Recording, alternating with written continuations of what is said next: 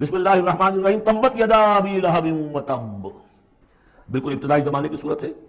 ٹوٹ گئے ہاتھ ابو لہب کے اور وہ برباد ہو گیا خود. واقعہ یہ ہے کہ جب حضور کے اوپر وہ آیت نازل ہوئی جو ہم نے پڑھی ہے سورہ ہجر میں، فاصدع بما تؤمر، پہلے 3 سال تک آپ نے دعوت جو دی ہے وہ لو کی، جسے ہم کہیں گے. کبھی بھی آپ کی دعوت انڈر گراؤنڈ نہیں تھی، اس کو تو سمجھ لیجئے، یہ تو لفظ استعمال کرنا ہی غلط ہے. لو کی، اور لو کی میں کیا تھا؟ پرسنل تعلق، پی پی کالز، لوگوں سے جن سے بھی تعلقات تھے، انفرادی گفتگو میں آپ اپنی دعوت پیش کر رہے تھے. پھر حکم آ گیا فاصدع بما تؤمر، اب ڈنکے کی چوٹ کہیے. تو آپ کھڑے ہوئے کوہ صفا پر، آپ نے نعرہ لگایا وا صباحا، یہ وہاں کا دستور تھا. تفصیل سے میں یہ بیان کر چکا ہوں، سارا واقعہ بیان نہیں کر سکتا. تو اس وقت لوگ لبک کر آئے اور ابو لہب بھی آیا آپ کا چچا. جب حضور نے وہاں اپنی دعوت پیش کی تو اس نے کہا تبا لک لہذا جمعتنا، ہم سمجھے تھے کوئی بڑی اہم بات تم نے بتانی ہوگی تو ہمیں بلایا ہے، ہم پہنچ گئے ہیں اور تم نے ہمیں اس کام کے لیے جمع کیا تھا، تو تمہارے ہاتھ ٹوٹ جائیں. معاذ اللہ ثم معاذ اللہ، نقل کفر نہ باشد. چونکہ حضور بنو ہاشم کو 2 دفعہ گھر بلا کر کھانا کھلا چکے تھے تو اسے تو معلوم تھا یہ دعوت کیا تھی. لیکن یہ جو طریقہ آپ نے اختیار کیا تھا وہ تھا جیسا کہ وہاں پر عام اعلان کے طور پر ہوتا تھا کہ کوئی فوج کی خبر آئے، کوئی فوج حملہ آور ہونے والی ہے، تو جس شخص کے پاس بھی وہ خبر پہنچ جاتی تھی وہ کپڑے اتار کے مادر ذات بڑھانا ہو کر کسی اونچے مقام پر کھڑا ہو کر نعرہ مارتا تھا وا صباحا، ہائے وہ صبح جو آنے والی ہے، غارت گری والی صبح. تب لوگ سب دوڑتے تھے، جہاں تک آواز پہنچ گئی، جہاں تک نگاہ دیکھ رہی کہ ننگا کھڑا ہوا ہے ایک آدمی اونچائی کے اوپر، دوڑتے تھے لوگ کہ کیا خبر ہے اس کے پاس. حضور معاذ اللہ ننگے ہونے کا کوئی سوال نہیں تھا، لیکن آپ نے آدھی بات ان کی اختیار کر لی جس کے اندر کوئی قباحت نہیں ہے کہ آپ کھڑے ہوئے اور آپ نے وا صباحا کا نعرہ لگایا. وہ صبح قیامت کی خبر دے رہے ہیں، وہ خبر دیتے تھے جو صبح ہوتی تھی غارت گری کی، دشمن آ کر حملہ کرے گا، لیکن وہ بھی تو صبح قیامت ہے. بات کوئی تو ہنسی کی نکلے، خندہ صبح قیامت ہی صحیح، صبح قیامت بھی تو ہے نا آخر. تو اس نے کہا آپ تمہارے ہاتھ ٹوٹ جائیں، تم نے اس کام کے لیے بلایا تھا. تو فرمایا تبت یدا ابی لہب وتب، اے نبی جیسے آپ کے دشمن جنہوں نے آپ کو کہا کہ اس کی تو دم ہی کٹ گئی، وہ ہوں گے جن کی دمیں کٹ جائیں گی، جن کا نام لیوا کوئی نہیں رہے گا.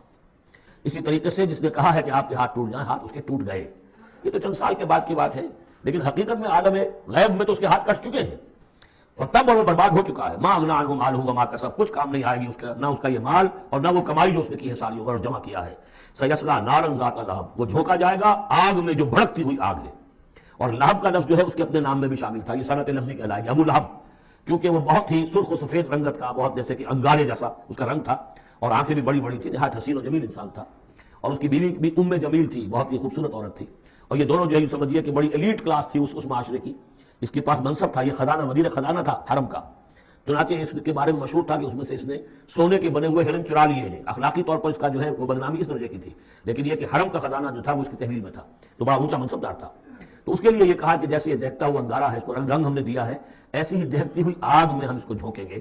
وامرأتہ، اور اس کی بیوی کو بھی. کیوں؟ یہ بھی اتنی ہی دشمن تھی حضور کی جتنا کہ ابو لہب دشمن تھا حضور کا. بلکہ یہ کہنا مشکل ہے کہ بیوی زیادہ دشمن تھی یا یہ کہ یہ شوہر زیادہ دشمن تھا، دونوں. اور میں بتا چکا ہوں آپ کو سورہ تحریم میں جو 3 مثالیں آئی تھی. بہترین عورت بدترین مرد کے گھر میں، فرعون کی بیوی آسیہ.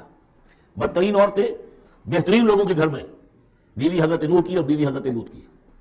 ایک وہ جو نیک سرشت تھی اور نبی کی گود میں پلی، وہ حضرت مریم سلام علیہا. اور یہ بدترین شوہر اور بدترین بیوی.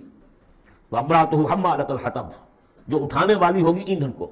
عام طور پر لوگ سمجھتے ہیں کہ وہ بخیل تھی، وہ ایندھن لے کے آیا کرتی تھی. یہ بات نہیں تھی، وہ بڑی اس معاشرے کی جو ہے وہ بڑی، جس کو آپ فرسٹ لیڈی کہتے ہیں، اس طرح کی خاتون تھی. اصل مطلب یہ ہے کہ یہ اس وقت جو حرکتیں کر رہی ہے یہ اپنے شوہر کے آگ کے گڑھے کو اور بھڑکانے کے لیے ایندھن لا رہی ہے.